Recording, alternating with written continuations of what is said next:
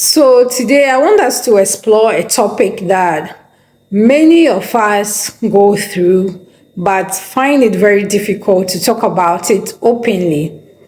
Today we are talking about self acceptance, right? So, I would like to start off with a question that have you ever looked in the mirror and you thought to yourself or probably felt like you are not enough? Yes, if you have, then you are not alone. Self acceptance is a struggle that many of us go through at times. It could be the struggle with appearance, struggle with past mistakes, or comparison to others. And so I would like us to here is a story that we can consider. And so there was a man in the Bible named Moses, right? And God chose Moses to deliver his people from Egypt. And look at an honorable task like this as a leader. Moses was struggling with self-acceptance, as accepting himself as worthy of the challenge that was thrown to him. And so Moses was rather focused on his weaknesses, that he said he couldn't speak well, and his fears, and felt like he wasn't good enough for the task that was given to him to execute. And so God had to assure him that he wasn't alone, and then he was with him. And looking at this story, we realize that self-acceptance is not only about being perfect or thinking to yourself that you have to be perfect. No. Self-acceptance is realizing that your value, that regardless of your imperfections, that you are worthy of love, accepting who you are as individuals, and acknowledging that there are areas that you need to grow, or you need to learn, or to unlearn certain things. So it's not just about just accepting who you are. Now let's look at what self-acceptance really is. Even though we have highlighted some few things in the definition, let's look at what self-acceptance is. So self-acceptance is the ability to embrace all aspects of yourself, your strengths, your weakness, your flaws, your successes, your failures, all aspects of yourself without judgment or the need for approval from others. Okay, and so that is what self-acceptance is. You accepting your total self, who you are, what embodies you, without needing approval or validation from others. And so by practicing self-acceptance, you create a safe space for greater self-compassion. You create a space for self-compassion, resilience, and authenticity in one's life. So it's a journey towards inner harmony and freedom from constant pressure to be someone we are not. And that is what self-acceptance is. You being able to create peace or live peacefully with yourself. It involves recognizing who you are as a person and being at peace with who you are, whilst recognizing where you may want to grow or change. And so that is what self-acceptance is.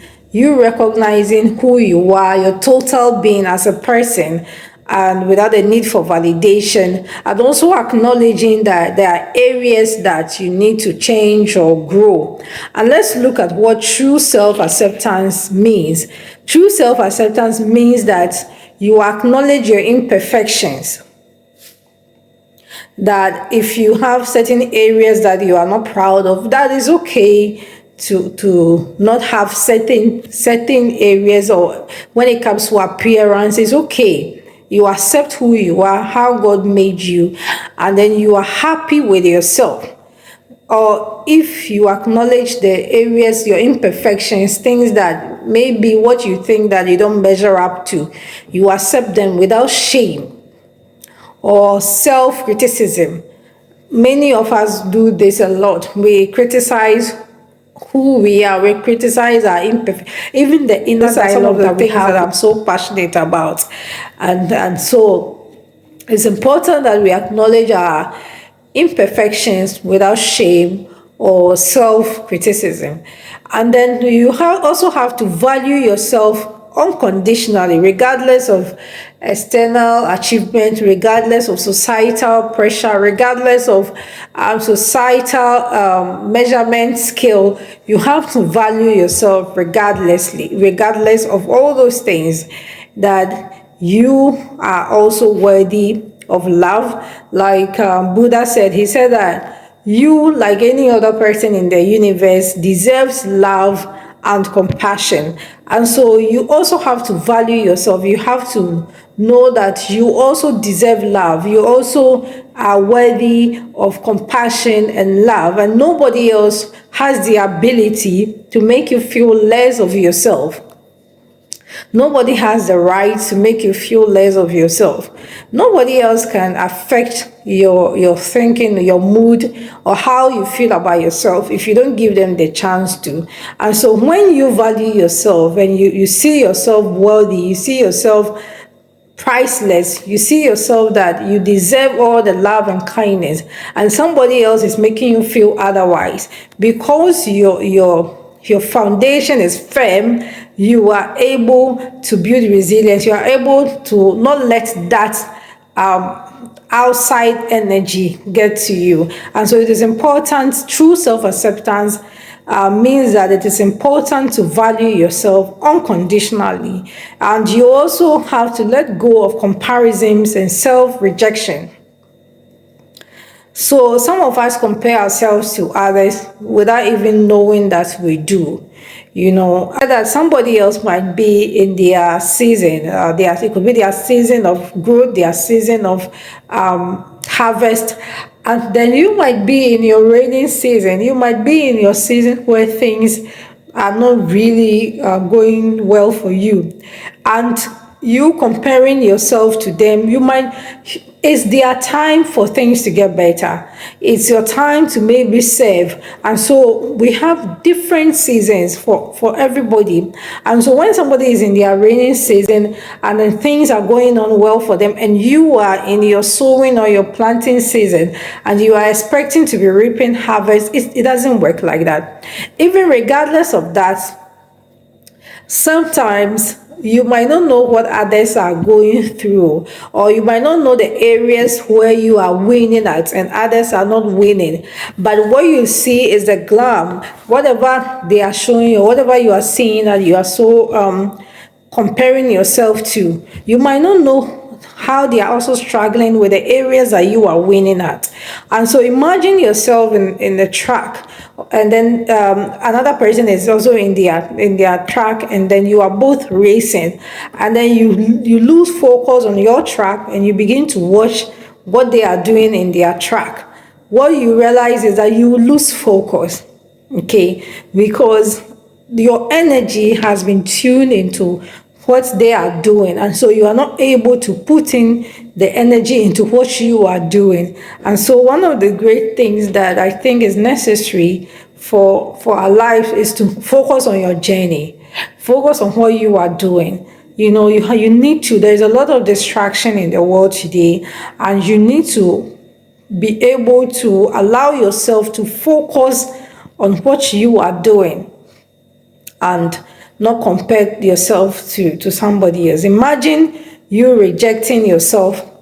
Imagine you rejecting yourself as an individual. Your entire being. You don't want yourself.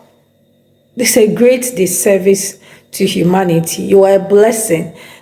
What God has given to you, or what you are made of, nobody else in this entire world has that capacity. You are different, you are unique, your journey is different, your gift is different, and so you are doing the world a great disservice if you want to be somebody else. There's a popular saying that says that everybody else is taken, and then the only person you can be is yourself. And so imagine the disservice you are doing humanity if you want to be like somebody else. And this is killing us. We reject who we are. We feel like we are not enough, and so somebody else is always better than ourselves. And this is a great disservice when you self reject yourself. And this happens when you compare your life with somebody else. And so if somebody is winning now, your time will also come for you to win. Probably you are even winning in areas that you have no idea you are winning in. And so true self-esteem, true self-acceptance also means that you have to understand your emotions and behaviors and accept them as part of your human experiences. And so understanding your emotions, understanding your behavior. Maybe you are not proud of certain behaviors that you exhibit. Maybe you are not proud of the way you feel sometimes. Sometimes you bring out certain emotions that you wish that it is not the case. But we are human, and we are going through human experience. And so because we are not perfect, we are will make one mistake or the other. It doesn't mean that when you make the mistake, you remain there and then you beat yourself down with those mistakes. It means that you have to grow, you have to learn to accept who you are, you have to learn to manage those emotions, and that will really go a long way to help us.